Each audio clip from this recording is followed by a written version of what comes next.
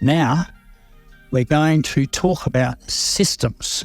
This is one of my passions in my business, is systemizing. I systemize absolutely everything. My team can attest to that. And here, it's a picture of my kitchen drawers, right, with my utensils, which are incredibly well organised. It's also a picture of my workshop, which is, tools are on racks and everything's in order. And it's also a picture of my computer, which I've only got 7 monitors, because you can never have too many monitors, right? So the thinking behind that is I don't have to minimise everything. If I want to look at my emails, they're there. If I want to look at this browser, it's there. My team chat's there.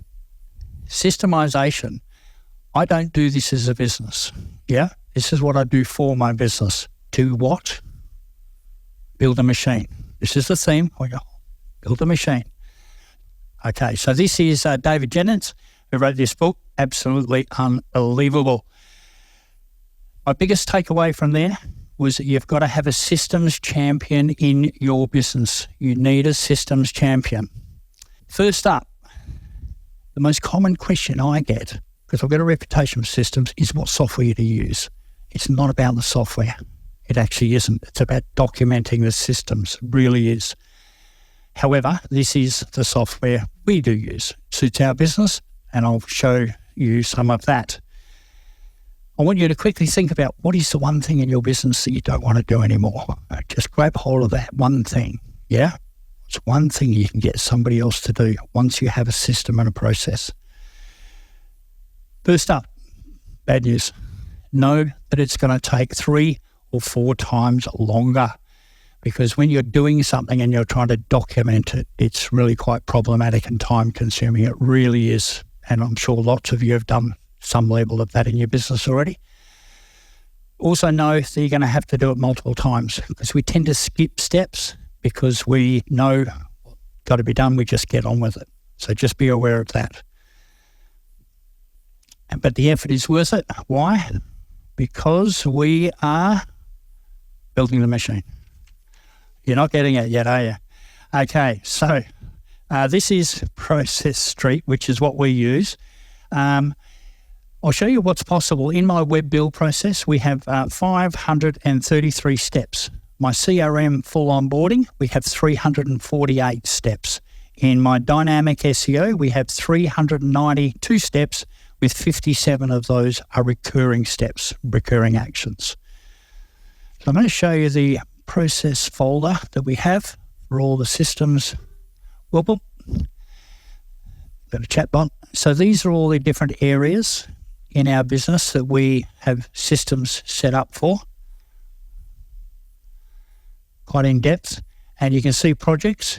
We've got 71 in that folder. So I'm going to go through some of that detail now. So these are the website projects we've got underway. We've got 54 projects, and we've got 232 modules. Modules are like social media, SEO, all sorts of different activities.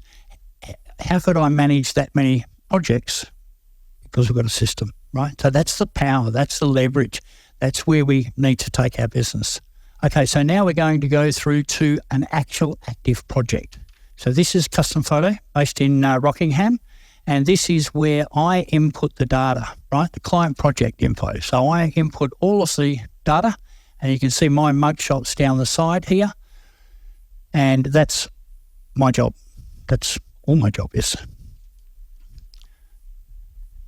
Section 7 is the package details. I sold the thing, so I need to put in the details of what I sold. So remember, this is my model for my business. So where could you do this in your business? Yeah. So I'm briefing my clients. And remember, all of this data then gets passed through all of the other 533 sections. So my team don't have to go looking for it. There's all the information there. So I'll jump through this. This is a brief questionnaire. This is the information we need. When we're working with somebody, we need to ask questions. We need data, right? So this is where I specify to my team what information I need. I'm the liaison with the client, so I know the answer. I know what to specify for them. Task setups. This is where I click that button. A Zap gets created. a task card gets created on Jesse's board, boom, and he's got all of the information. I'll just show you that now. I can remember where it is. 47. So you're seeing confidential information, but that's okay. So this is specifying to Jesse exactly what needs to be set up in the invoicing system, complete with instructions, everything else. Boom. Does not have to think, do. We've got 4 rules in my business. Make people look good online at all times. Rule number 2, make it so they don't have to think. Rule number 3, make it so they don't have to worry. Number 4, all good ideas are mine. 59, this is where Jesse handballs it, boom, over to our project manager. So he's done his bit, he's checked it off. You can see all the checks in the sidebar. For me, if I want to go back, I can see that everything's done. You've got to have checks and balances in systems. So 2 years ago, I only had to work a day and a half, maybe 2 days a week until I launched the CRM business, which is a whole other beast under itself because I had this at this level. Briefing process. So this is where my people use all the data that I've given them to get the data we need to move the project forward, yeah?